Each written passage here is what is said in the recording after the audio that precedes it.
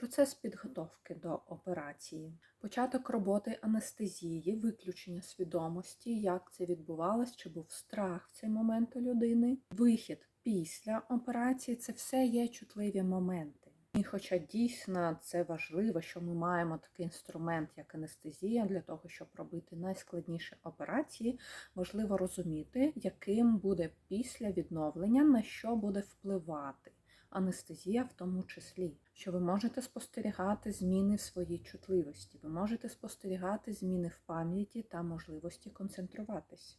Також можуть початись певні проблеми зі сном, коли психіка поєднує той стан, коли ви входили в наркоз перед операцією зі сном і не може їх роз'єднати. Це все моменти, з якими можна звертатись до мене як до спеціаліста, відновлювати свій стан, відновлювати свою психіку, відновлювати роботу своєї нервової системи.